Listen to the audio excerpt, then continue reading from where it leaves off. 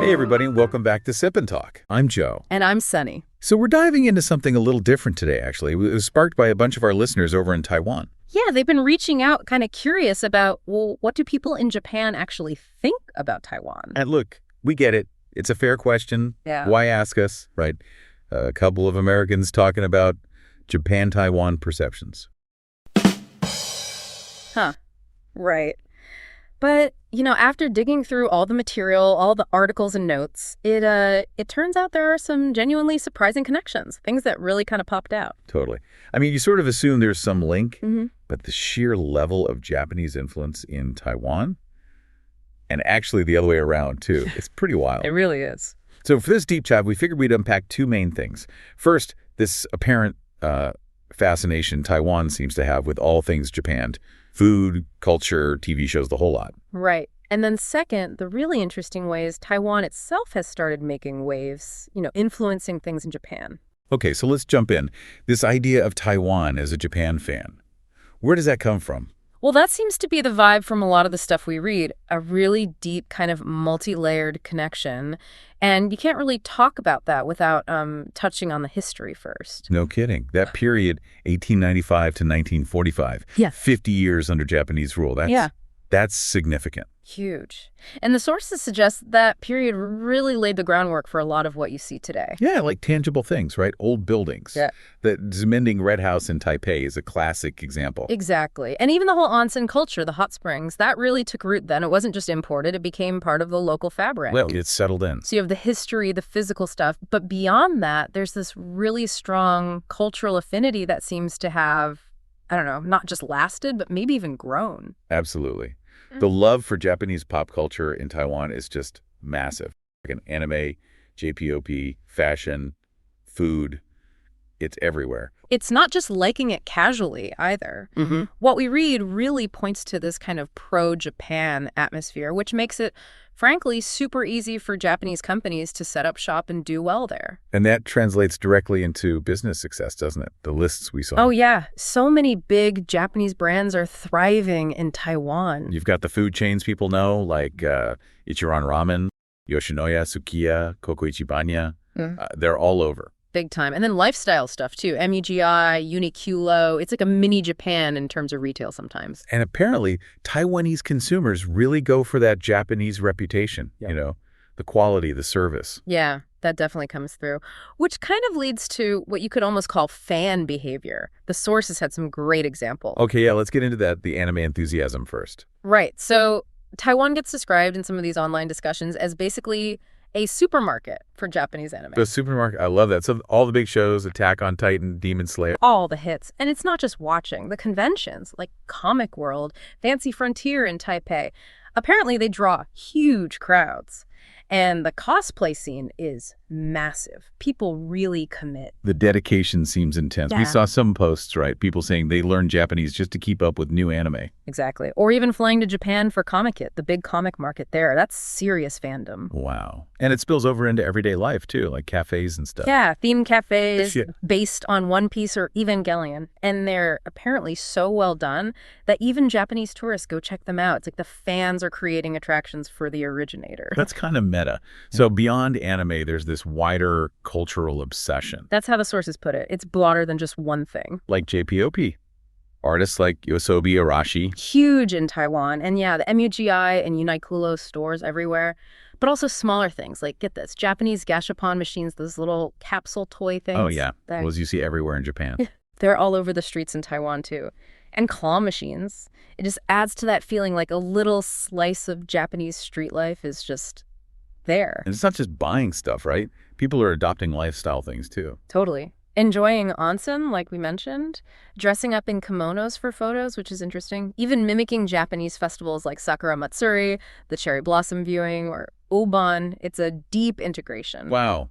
There was that one post online, right? Someone from Japan walks into an izakaya, a Japanese pub, in Taipei. And finds the exact same menu as their local spot back in Tokyo.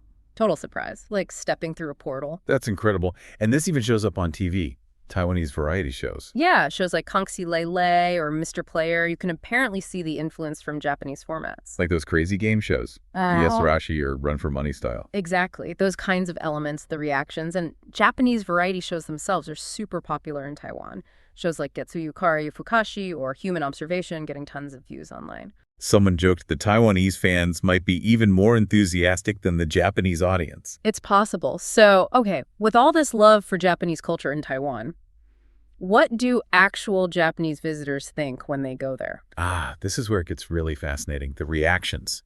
A big theme is familiarity. Right. A lot of Japanese tourists say it feels a bit like returning to Japan. Which makes sense with all of those chains, right? Family Mart bentos, sushi places, those izakayas we mentioned. The food is a huge part of it. Someone online saying the tonkatsu, the pork cutlet, in Taipei tasted exactly like Osaka. That says a lot. It really does.